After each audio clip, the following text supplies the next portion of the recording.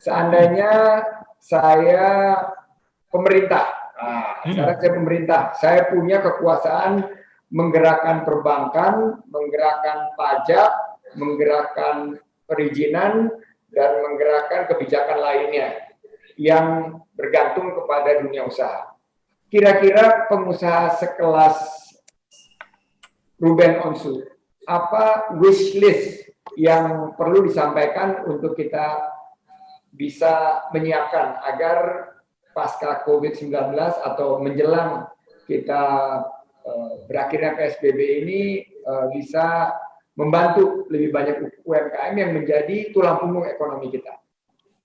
Oke, kalau saya sih lebih dari sisi perbankan sih Bang, gitu. Jadi ya saya yakin ada beberapa UMKM juga memang kan mereka harus melakukan pinjaman lewat bank.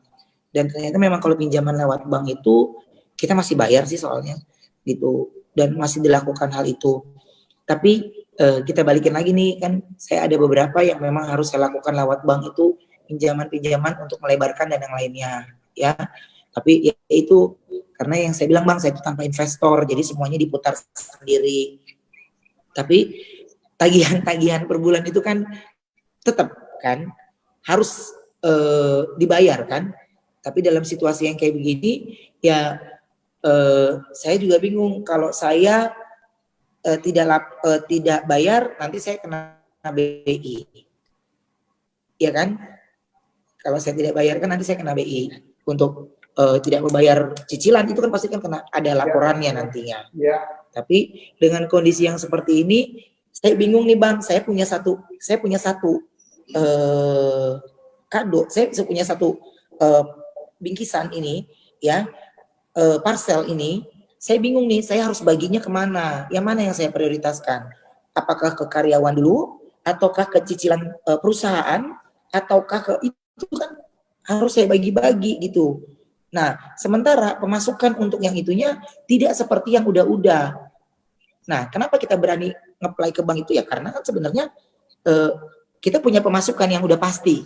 Tapi kan kita nggak pernah tahu akan terjadi seperti ini sehingga semuanya itu berubah. Tapi dalam situasi COVID-19 ini kayaknya tidak berlaku untuk bank. Ya, jadi kami pun cukup tercekik di sananya sih. Makanya yang seperti itu sih. Gitu. Ya gini, kalau misalnya saya bisa membayangkan ya, karena saya juga ada dari portfolio usaha saya kemarin melakukan review, satu juga diblok banget karena kenapa? Karena di dalam mall dia jualan baju, ya sudahlah karena dalam mall udah nggak jualan 2 bulan ya terpaksa. Tapi alhamdulillah puji Tuhan masih diberikan kesempatan paling tidak sampai akhir Lebaran ini. Kalau berlanjut sih kita nggak tahu ya, tapi sampai ini belum mem-PHK, masih merumahkan. Nah, saya mau tanya, kalau saya punya kebijakan untuk pengusaha kuliner ya, salah satunya tentunya Geprek Densu ya, dan kalau dilihat kan MOP Group lah ya. MOP Group ini sebetulnya diversified juga kan, sebetulnya kalau media konten alhamdulillah ya itu mestinya sih nggak terlalu terganggu ya, karena dengan work from home mungkin ada sedikit penurunan tapi nggak 70%. Nah, kalau MOP sendiri Bang, sebenarnya ini sedikit maaf aku potong. Kalau MOP sendiri sebelum ada WFH ini, aku sudah lakukan kerja itu per tim sebenarnya. Jadi kerja per tim itu adalah paket tim A, tim B. Jadi yang Senin tim A, Selasa tim B. Jadi nggak penuh di kantor. Itu saya sudah lakukan sebelum ada perintah dari pemerintah. Itu untuk saya mengurangi banyak kuota yang ada di dalam kantor sebenarnya. Pemeriksaan medis sebelum ketika rame-rame tentang COVID-19, Indonesia belum begitu rame, kantor saya sudah menggunakan jasa medis sebenarnya. Wow. Setiap yang masuk itu mereka sudah ada pemeriksaan medis. Jadi saya menggunakan jasa dari salah satu rumah sakit, saya meng-hire orangnya langsung, resmi dari pihak rumah sakit untuk mereka datang per harinya. Jadi yang nge-rolling itu pihak rumah sakit, siapa tim medis yang datang ke kita setiap harinya. Itu sudah saya lakukan sebenarnya. Itu untuk mengantisipasi. Tapi kan setahu saya kan memang ada surat perintah untuk media itu ya Bang, media itu masih boleh beroperasi sebenarnya. Betul, masih. Nah, yang paling bingung itu kan ketika letak kantor kita di pinggir jalan Bang. Jadi iya betul. itu yang menjadi cukup perhatian publik gitu. Tapi kan maksud saya ya memang karyawannya kerjanya naik motor, jadi otomatis parkirnya motor. Kalau mungkin mereka orang kaya, saya gedungnya nggak di situ, gitu. Tapi ya itu yang saya bilang, akhirnya itu yang membuat saya cukup ya sempat beberapa kali didatengin. Ini kenapa masih banyak? Karyawan kita lebih banyak. Ini sudah setengahnya loh, dan semuanya sudah berjarak, semuanya sudah ini. Dan saya orang yang sangat konsen sama mengenai hal itu. Dan kita punya standar panas sendiri untuk yang mereka datang gitu. Dan kami sudah bagi per wilayah, kami sudah bagi ini, dan saya rasa setiap perusahaan pasti sudah melakukan safety untuk karyawannya sendiri dengan caranya masing-masing gitu. Makanya itu yang saya lakukan. Terus ada yang bilang work from home katanya, istilah bahasa Inggrisnya ya, kerja dari rumah. Tapi kalau saya tanya balik nih Bang, sama saya kan ada beberapa rumah produksi yang menggunakan rumah untuk masak. Iya. Ya, jadi karena saya bukan orang yang punya gedung besar, jadi usaha ini saya ngontrak di sini, usaha ini saya kantornya di sini, usaha ini kantornya di sini, dan ada satu kantor saya yang usahanya dari di rumah yang sudah jadikan rumah produksi. Iya. Tapi mengingat ada kerja tidak boleh terlalu banyak di rumah, pertanyaan saya ini kan harus produksinya dari rumah. Iya. Sebelum ada yang kejadian seperti ini, rumah itu sudah menjadi kantor kita. Iya. Dengan orang yang sama. Iya. Tapi kalau kami pun harus dilarang, harus ini, kami juga bingung. Bagaimana kami menyelamatkan nyawa kami? Bagaimana kami menyelamatkan itu? Menyelamatkan karyawan kami. Kalau ditanya, saya sendiri juga tidak nyaman ketika ini masih banyak ya, ini masih banyak. Saya bisa habiskan semuanya. Tapi bagaimana pertanggungjawaban saya dengan mereka? Betul. Harusnya ketika diperiksa, apakah saya mempekerjakan itu ada tim medis? Saya ada tim medis. Iya. Ya, dengan standar yang sudah ada. Tapi ketika dilakukan pemeriksaan, ini masih banyak ya, ini masih banyak ini. Ya kalau namanya 2 orang, 3 orang namanya PIRT, ya. Iya. Ya, tapi kan ini kan company Bang. Jadi buat saya lagi, semua orang lagi kebanjiran, musibah, banjir lagi melanda. Jadi kita lagi mencari tempat yang menyelamatkan diri yang untuk bisa stay, untuk kita bisa aman gitu sebenarnya. Dan makanya halo, yang saya bisa stay, saya bisa aman dan halo. Ya, kita masih on di sini, ya. Bang Ruben. Jadi saya bisa stay, saya bisa aman dan yang lainnya. Dan maksud saya itu tujuannya adalah saya harus kayak lu kebanjiran, jadi lu ngungsi sana, ngungsi sini, lu gini-gini gitu loh Bang. Jadinya bukan kemauan saya, tapi suasana yang membuat saya harus mengambil keputusan secara cepat. Misalnya saya bisa memberikan masukan kepada seluruh UMKM bahwa pertama adalah kejelasan peraturan. Kejelasan peraturan di mana satu, bahwa keputusan yang pemerintah pusat itu harus diikuti dengan pemerintah daerah, dan seandainya media diperbolehkan ya harus diperbolehkan. Nomor 2, saya melihat kalau misalnya saya kasih dana lunak kepada grup MOP lah, termasuk media, dan bahwa saya bilang jika grup Ruben Onsu tidak mem-PHK-kan 2.500, saya akan beri 6 bulan pendanaan yang dijamin tanpa kolateral tambahan dengan bunga yang lebih lunak, dan juga dengan rescheduling yang lebih panjang, sehingga cicilan yang sekarang sangat dirasakan berat ini bisa tidak terlalu membebani. Saya rasa itu jauh lebih diperlukan karena pada saat sekarang kan kita perlu uang tunai, cash is king. Cash is king. Dan menurut saya kebijakan ini yang mudah-mudahan bisa diadopsi oleh pemerintah. Jadi dua hal, satu restrukturisasi dari kewajiban yang sekarang, tapi untuk mempersiapkan pembukaan kembali dan setelah relaksasi PSBB ini kita perlu modal juga nih. Modal, dan ini kita berikan modal untuk pengusaha-pengusaha kecil, pengusaha mikro, dan pengusaha menengah. Nah, saya nih tertarik banget, kan pernah 3 minggu katanya awalnya tuh galau tingkat dewa lah, gegana, sempat juga nggak terima job dan lain sebagainya. Saya ingin mungkin Bang Ruben bisa share sedikit apa yang memantik akhirnya bangun kita ini, kita harus hadapin semua ini dan kita harus menjadi leaders yang bertanggung jawab kepada ribuan karyawan yang ikut sama kita dan menggantungkan nafasnya kepada kita. Apa yang menjadi trigger? Pertama, saya balik lagi. Ketika saya lagi bawain kapal, awak kapal ngomong ya, ada satu bocor 10%. 2, sisi sebelah sini bocor 20%. Sisi sini bocor 30%. Jadi ketika itu sudah mencapai di posisi 40%, saya rasa saya harus bangkit. Karena ya pilihnya saya bangkit atau tenggelam, itu doang.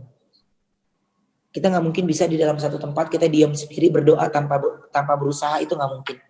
Jadi kuncinya dari di sini adalah bagaimana saya bisa survive, saya bisa bangkit, ngelihat saya semangat, pasti karyawan saya semangat. Ya, tapi ngelihat saya, ya syukurnya kalau kita mikirin perut kita sendiri ya Bang, maksudnya ya syukur ya anak saya tiga-tiganya mereka saya sudah tabungannya sama mereka aman, ini mereka aman, tapi kan bukan begitu caranya untuk sebuah perusahaan. Jadi saya anggap karyawan saya itu ya anak-anak saya juga gitu. Jadi harus punya pemikiran untuk apa langkah untuk mereka ke depannya gitu. Jadi hal yang memang buat saya ke depannya itu ya ketika saya bangkit itu harus, ini udah nggak bisa mengandalkan ya udah memang itu peraturannya, ya udah memang ini suasananya seperti ini, nggak bisa. Saya harus bangkit.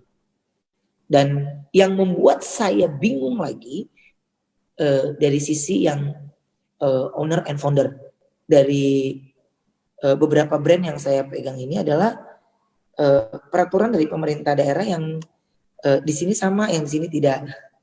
Di sini sama, itu jadi karena saya punya di seluruh Indonesia. Nggak konsisten sama sekali, membingungkan. Bingung saya juga. Itu yang saya bilang, karena saya tidak bisa bersuara secara banyak, jadi ya sesaknya dada ini cuman oke. Ini buat para netizen, terutama Facebook, Facebook follower saya itu nggak pernah lihat Ruben Onsuni dalam frame seperti ini, dan ini luar biasa membuka mata kita bahwa Ruben Onsu juga nyesek ngadepin COVID-19.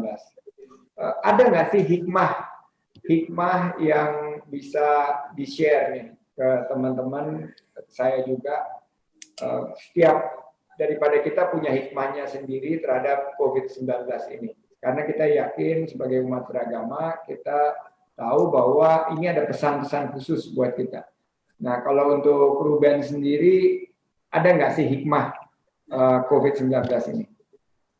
Oke, kalau dari hikmah ini sih buat saya banyak. Yang pertama, akhirnya saya punya banyak waktu untuk keluarga, itu yang pertama. Terus yang kedua, hikmah dari ini adalah ya akhirnya saya biasanya selalu punya plan A dan plan B, tapi kayaknya nextnya saya harus punya plan C, D, dan E gitu. Step apa yang saya lakukan ketika kejadian, saya harus punya plan B nggak mempan saya harus punya C nggak mempan saya harus punya D nggak mempan saya harus punya E. Jadi harus lebih punya banyak pilihan sih, sehingga nggak kalang kabut yang seperti ini. Jadi ortanya kalang kabut, ya benar.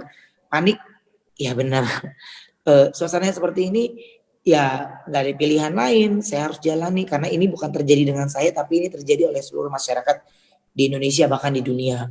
Tapi saya harus punya banyak pilihan itu sehingga saya tidak mengalami penurunan yang cukup. Kalau untuk orang yang paham akan sebuah bisnis 70% sih itu dahsyat Bang. Dahsyat. Itu Ini nggak survive. Kalau 70% itu enggak. Karena kalau kita turun 20-30% mungkin kita bisa kurangin margin sedikit, tapi 70% itu di saat-saat normal orang pasti akan menutup perusahaannya. Tapi kan kita ini semua satu dunia menghadapi seperti ini. Ya ini kan luar biasa. Saya kan berpengaruh sama ini loh Bang, sama supplier. Saya ada supplier ayam, supplier telur, supplier tepung, supplier ini, banyak supplier yang ada di bawah saya. Di bawah supplier itu ya, di bawah supplier itu ada ratusan orang yang bekerja kan. Ada ratusan orang yang bekerja. Jadi saya punya perusahaan minuman Bensudrink. Bensudrink ada berapa ratus orang di dalamnya. Jadi ada orang ini. Jadi maksud saya mereka kan harus di-charge terus uangnya. Jadi bagaimana saya bayar ke supplier? Sementara saya pun pemasukannya berkurang, tapi kan supplier juga butuh uang juga buat bayar karyawan. Jadi sebenarnya ini masing-masing punya keperluan gitu. Tapi saya mau bayar, tapi saya juga berkurang. Tapi kalau saya nggak ini, supplier itu kan punya banyak pilihan orang yang ambil. Jadi kalau nggak saya banyak ambil, ya mereka akan bisa cari yang lain kan, secara tidak eksklusif ke kita gitu. Jadi kan kita menjaga eksklusif itu adalah supaya mereka lebih fokus penjualannya ke kita, mereka lebih fokus ke kita gitu. Jadi banyak hal yang posko-posko istilahnya yang dari Geprek Bensu tidak hanya karyawan Geprek Bensu ataupun pembeli Geprek Bensu aja, tapi dari segi olahan Geprek Bensu untuk dus-dus yang Bang Sandi tadi beli itu kan ada karyawannya yang bekerja untuk pembuatannya. Yes, itu pembuatannya ada orang lagi yang bekerja. Nah kalau kita bedah lagi di dalamnya, tahu kan ada suppliernya, tepungnya memang dari saya, tapi bagaimana saya bisa jual tahu? Saya kan harus ada depositnya juga ke mereka. Iya kan? Apalagi ada yang minta tolonglah kita dalam keadaan kayak gini, tolong ini banget ini. Jadi saya bingung yang harus saya selamatin supplier ayam, apa supplier bingung. Bingung saya bingung. Jadi akhirnya saya cuman bismillah aja. Ini udah gitu, merem gitu aja. Ini gitu. Jadi semuanya kan mendesak minta disuntik kan? Iya. Jadi saya harus mana yang harus saya prioritaskan? Apakah tahu? Jadi pengusaha tahu pun mereka oleng, Bang. Oleng lah, pasti. Oleng. Saya punya ada namanya Geprek Bensu telur asin. Ya, itu susah loh. Telur asin, telur bebek itu susah. Kan pernah tuh ada berita viral yang anak itik, anak ayam dilepas akhirnya karena dia nggak bisa kasih makan. Ya. Yes, itu benar terjadi. Karena mereka pun kesusahan sebenarnya. Jadi suara saya ini mewakili bagaimana sebenarnya mereka pun juga sesak. Kita sebagai pengusaha yang membeli nggak bisa sejor-joran seperti dulu. Karena harus ada yang saya prioritaskan, mana yang harus saya bayar terlebih dahulu. Tapi yang harus diingat lagi, saya kan juga hidupnya nggak hanya untuk besok Bang. Saya hidupnya untuk step kedepannya itu yang harus saya lakukan bagaimana, gila ya 2 bulan berikutnya gue masih bertahan atau enggak ya? 3 bulan berikutnya masih bertahan. Dan kita lihat banyak perusahaan-perusahaan makanan yang cukup terkenal saat ini yang kita lihat di berita mereka cukup ada yang tutup akhirnya. Iya, jadi McDonald's tutup di Sarina, KFC merumahkan dan mulai menutup gerainya. Itu yang nama-nama yang udah puluhan tahun. Wah itu Bang, saya mengerti banget. Sebenarnya apa yang sebenarnya terjadi. Saya yakin semua perusahaan tidak mau ini terjadi. Tapi kalau kita pertahankan untuk dari kita itu sesuatu yang pola bisnis yang tidak sehat. Gitu. Jadi ya saya pun hal yang paling termentok yang saya lakukan adalah ketika saya harus rumahkan mereka, saya kasih 1 bulan gaji mereka dan THR mereka full. Jadi selebih dari situ saya minta maaf karena saya harus memperbaiki luka sebenarnya. Sama kayak kita, ini kan sebenarnya ini luka untuk semua orang. Jadi ketika kita luka, ini hal receh sih sebenarnya kalau buat saya. Ketika Bang Sandi jatuh luka dan di sini ada darah, setelah kita obatin kan nggak langsung sembuh, kulit kita normal kan. Jadi itu butuh waktu untuk bisa kembali lagi menyatu dengan kulit. Jadi tetap harus ada perawatannya kan, Betul. penyembuhannya gitu. Jadi ya saya menganggap ini ya, ketika ini sudah tidak luka lagi, saya harus ada proses penyembuhannya. Nah, proses penyembuhannya berapa lama, saya pun tidak tahu. Gitu. Ya. Jadi makanya bekerja dari rumah itu pun buat saya bingung. Apakah berlaku untuk kita yang memang pengolahannya dari rumah? Untuk bekerja dari ini ya, karena tiba-tiba lu banjir, lu tiba-tiba nerima, ya udah lu di sini aja gitu. Ya itu kan punya gue juga sebenarnya. Iya. Jadi bukan gue numpang di tempat orang, tapi tiba-tiba, oh kok gini ya, dan saya kurang pantas kalau bilang tidak jadi saya bilangnya saya pun bingung melakukannya. Jadi kita bekerja dari rumah sudah kami lakukan, tapi memang rumah produksi kami ada beberapa yang dari rumah, tapi ya memang namanya rumah produksi ya Bang, itu kan bukan rumah tinggal. Kalau saya rumah tinggal, ya memang kami kontraknya memang di rumah tinggal yang kami jadikan kantor sebenarnya. Tapi sebelum adanya ini kan memang ya jumlah karyawannya juga sama, gitu. Ya. Jadi ketika ini ramai akhirnya ngelihat parkiran dikit jadi sorotan. Jadi sorotan. Padahal menggunakan fasilitas umum untuk memarkir motor loh, itu di tempat kami sendiri gitu. Jadi memang ini lagi-lagi kita bicara pandemi COVID-19, tapi tanpa terasa kita udah di penghujung acara. Saya mau mengingatkan para netizen dan pengusaha dan para entrepreneur di luar sana, sekelas Ruben Onsu juga mengalami begitu banyak tekanan diakibatkan pandemi COVID-19 ini. Seorang sosok yang selalu menghibur kita, juga ada saatnya sangat sesak gitu menghadapi situasi ini. Tapi saya ingin meninggalkan satu tips saat kita menghadapi kesulitan seperti ini. Pertama, karena kemungkinan krisis ini bukan krisis yang terakhir. Mungkin 5-10 tahun lagi akan terjadi. Tapi belajar dari krisis ini, pertama kita harus mampu untuk merencanakan bisnis kita dengan begitu banyak plan A, plan B. Seperti tadi Bang Ruben bilang plan E. Jadi untuk itu kita harus lebih siap. Cash kita harus lebih kuat. Kita harus napasnya bisa lebih panjang. Karena krisis ini mungkin nggak cuma sebulan, tapi mungkin 2 bulan, mungkin 3 bulan. Setelah itu yang kedua, menurut saya tips tadi yang saya percaya kita dapat semua adalah tanggung jawab kita kepada karyawan, kepada supplier, dan bagaimana kita membalance, bagaimana kita mendahulukan yang mana. Nah itulah seorang leaders, bisa melihat prioritasnya di mana. Seorang entrepreneur akan mampu untuk mengkalibrasi mana yang harus dipentingkan dulu, mana yang harus menunggu. Jadi yang penting di situ juga terakhir, yang ketiga adalah trust, amanah. Ini kepercayaan yang diberikan kepada kita sebagai leaders. Kita nggak boleh nyelamatin diri kita untuk ke depan, tapi kita harus lihat step-step yang harus kita siapkan untuk kelangsungan usaha kita. Luar biasa 1 jam bersama Bung Ruben Onsu. Mohon pesan penutup dari Bang Ruben Onsu buat para netizen yang masih tune in. Ya, pokoknya kalau buat saya sih, buat semuanya netizen yang lagi nonton saat ini, saya bangga banget bisa diwawancara sama orang hebat, di mana yang bisa mendengarkan tangisan kita. Dan ini sesaknya, iya curhat, saya menganggap ini curhat, jadi sesaknya dada kita, mudah-mudahan suara saya ini bisa mewakili banyak orang yang punya usaha di luar sana, dan baik usaha yang memang hanya kecil-kecilan atau yang besar, saya yakin semuanya pasti berdampak.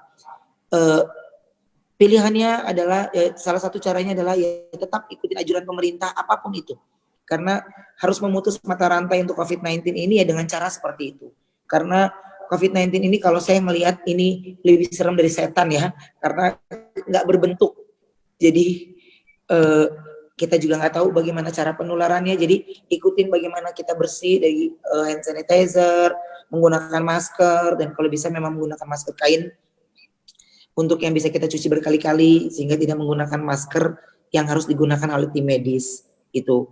Jadi untuk semuanya, kalau kita bisa mengikuti peraturan itu, saya yakin semuanya bisa kembali lagi pulih dan kita bisa kembali lagi bekerja, walaupun tidak sepenuhnya bisa kembali pulih, tapi saya rasa walaupun kita perlu waktu, tapi kita harus sudahkan COVID-19 ini ya dengan cara stay at home, dan yang memang kalau bisa kalian beli dari rumah, semua beli dari rumah, saya pun belanja semua dari rumah.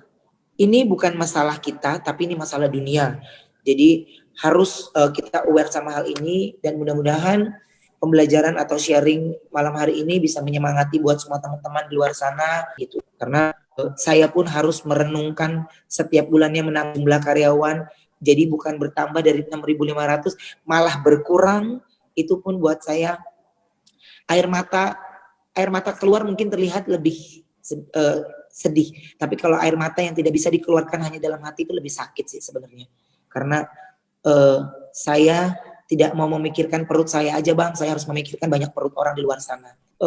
Saya tidak bisa menggunakan waktu untuk istirahat, karena kalau saya waktu istirahat, saya punya rasa takut, apalagi yang terjadi dengan besok. Saya belum punya prepare, jadi saya harus prepare terus langkah-langkah selanjutnya. Setelah Lebaran, seandainya terjadi seperti ini, apa yang harus saya lakukan? Dan jika tidak terjadi, apa yang harus saya lakukan? Itu aja sih.